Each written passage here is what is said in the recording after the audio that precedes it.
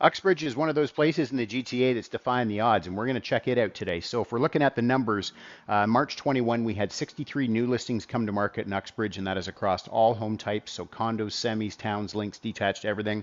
We had 55 sales through the month and 31 active listings, and the active listings are essentially what didn't sell, and they carry over into the following month.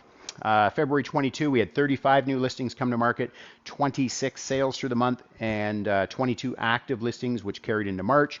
March, we had 45 new listings come to market, real strong sales at 37, and 18 active listings. We're looking at the money. $1,236,000 was the average sale price across all home types a year ago in Uxbridge. $1,589,000 in February 22, and along with the rest of the GTA, we've seen a dip in the average sale price to $1,470,000 across all home types. The SNLR stands for sales to new listings ratio, also known as the absorption rate. It tells us out of the homes coming on the market each month, what is the percentage of them that are actually selling. So a year ago, March 21, 87.3% of the homes that came on the market sold. 74.3 in February, currently trending at 82.2. Now again, I said at the beginning that Uxbridge is one of those places that's defying what everything else is doing. We're seeing the market actually slow in all the surrounding towns, but Uxbridge is still actually ramping up. So their absorption rate's actually gaining speed, and their months of inventory is actually going down. So it's actually doing the opposite of, it's trending the opposite of what the other towns are. Months of inventory, the MOI tells us that if no other homes came on the market after today at the current rate of buying or the current rate of consumption, how long would it take to deplete the inventory? So a year ago we had 0.6 months of inventory.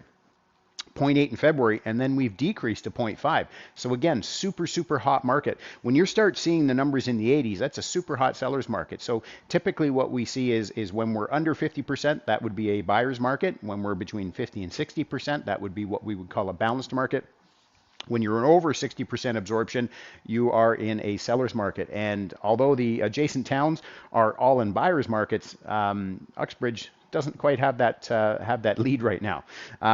So sale price to list price ratio, homes selling 107.9% of asking a year ago, 115.8 in February, currently trending at 110.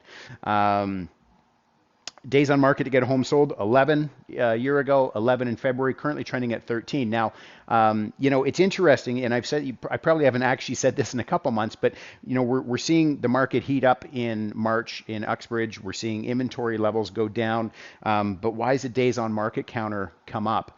And what I would suggest is that the buyers in these 37 were having to actually go and look at these active listings. And so when buyers are shopping active listings because you're in a hot market and you're not able to find what you want, or maybe you're not able to compete effectively to secure that house that just came on the market, you start looking at the older stuff and putting together a deal there, and then the days on market counter goes up because that home's been on the market a little bit longer. If you have any questions about how this would pertain to your Uxbridge home, or any questions about the market in general, feel free to reach out to me.